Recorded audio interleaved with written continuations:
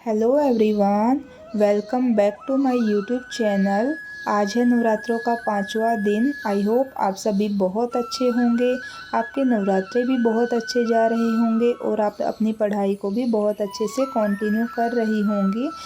Friends, जब आप एक हाउसवाइफ हैं और साथ में अपनी स्टडीज़ को कंटिन्यू करना चाहती हैं, अपने लिए एक जॉब सिक्योर करना चाहती हैं, तो सबसे पहले आपको एक बात बहुत अच्छे से समझ लेनी चाहिए कि बाकी लोगों के कंपैरिजन में आपको यहाँ अपनी पढ़ाई में बहुत ज़्यादा एफ़र्ट्स डालने होंगे, क्योंकि आप एक जॉब ऑलरेडी कर रही हैं। आप घर के काम को कम मत समझिए। वैसे हमें इसकी वैल्यू होती है कि हम पूरा दिन घर में कितना काम करती हैं, और घर को संभालना कोई छोटी बात नहीं होती है। वैसे हमारे आसपास बहुत सारे ऐसे लोग भी होते हैं, कभी कभी फैमिली मेम्बर्स भी ऐसे होते हैं जो कि सपोर्ट नहीं करते हैं और ये बात बात पे ताना मारते हैं कि घर का ही तो काम करते हो तुम पूरा दिन, इसमें कौन सी बड़ी बात है। लेकिन फ्रेंड्स, आप एक बार एक दिन के लिए उन्हें ये बोल दीजिए कि आप सिर्फ एक दिन के लिए हमारी जगह रह कर देखिए, ये सारे काम करके देखिए।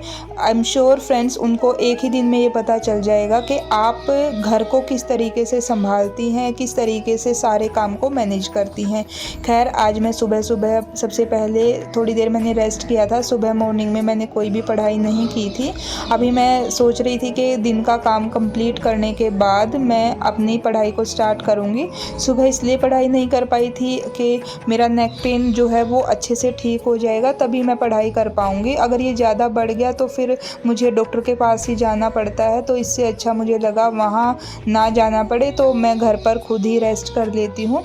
तो अभी मैं किचन का काम कर रही थी। काम कंप्लीट करने के बाद मैं माही को खाना खिलाने के बाद अपनी पढ़ाई के लिए बैठ जाऊंगी, क्योंकि अभी मुझे अच्छा फील हो रहा था। और क्या पता था शाम होते होते एक ऐसी न्यूज़ सुनने को मिल जाएगी जिससे हमारा दिल एक बार और टूट जाएगा। मैं बात कर रही हूँ KVS PRT के रिज़ल्ट की। वो आज शाम तक रिज़ल्ट आ गया था और उसमें बीएड वालों को वैसे तो पहले ही हमें उम्मीद नहीं थी कि रिज़ल्ट, हमें तो पता ही था कि हम तो पहले से ही KVS PRT से बाहर हैं।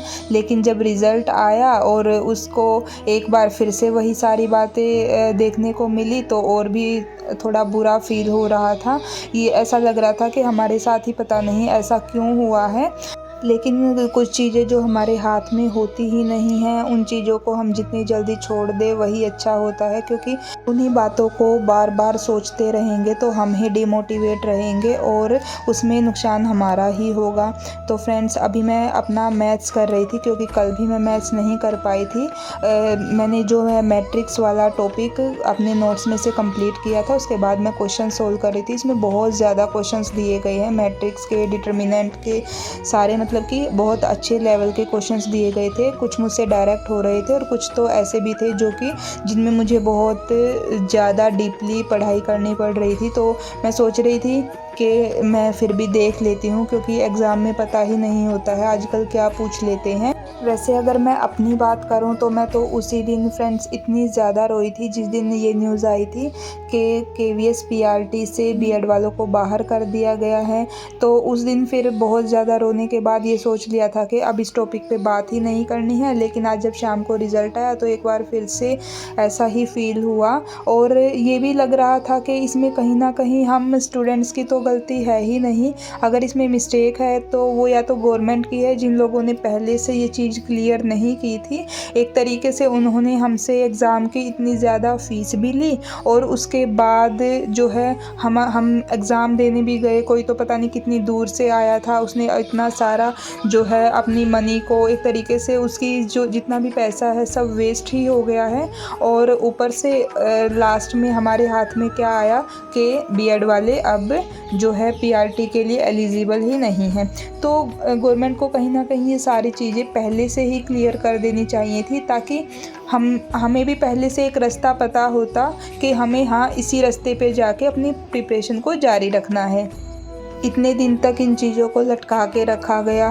पहले तो एग्ज़ाम इतनी जल्दी कंडक्ट करवाया, और आप देख सकते हैं अभी रिज़ल्ट आने में, ये सारी बाकी चीज़ें होने में कितना टाइम लग गया है। खैर, ये सारी चीज़ें हमारे हाथ में तो हैं ही नहीं, हम इसमें कुछ कर ही नहीं सकते हैं। तो मुझे ऐसा लगता है कि अब जो हो गया है सो हो गया है।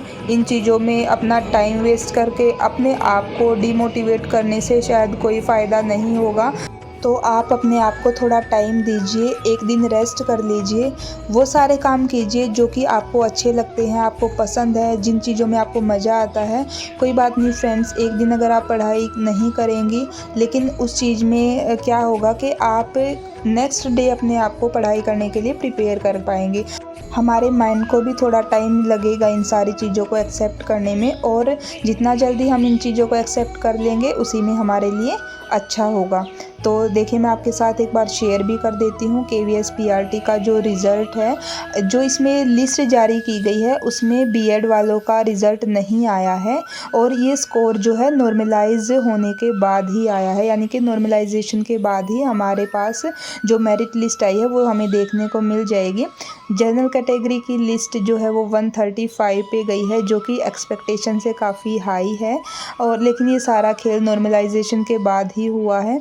और ये सारे जो मेरिट लिस्ट गई है ये बीएड को हटाकर है। तो सोचिए, अगर आप बीएड कैंडिडेट भी इसमें होते तो मेरिट लिस्ट कहाँ तक जाती। खैर, इन चीज़ों पे बात करने से अब हमारे लिए तो कोई फ़ायदा है नहीं, लेकिन बाकी के जो DLED या JBT वाले कैंडिडेट्स हैं उनको कुछ हेल्प मिल सकती है। और जिन भी लोगों का सिलेक्शन हुआ है, आप सभी को कॉन्ग्रेचुलेशंस। अब आप अपने इंटरव्यू की प्रिपरेशन बहुत अच्छे से कीजिए ताकि आप अपने सिलेक्शन को कंफर्म कर पाएँ। और कोई बात नहीं फ्रेंड्स, आज शाम जो है एक नेगेटिव न्यूज़ बीएड कैंडिडेट्स के लिए लेकर आई है। वैसे तो ये नेगेटिव न्यूज़ बहुत पहले आ चुकी थी, लेकिन कोई बात नहीं, कल का सवेरा एक नई उम्मीद लेकर आएगा। इसी सोच के साथ मैं वीडियो को यहीं एंड करती हूँ। आई होप वीडियो आपको पसंद आई हो। अगर आप चैनल पर नए हैं तो प्लीज़ चैनल को सब्सक्राइब करना, और वीडियो को यहाँ तक देखने के लिए थैंक यू।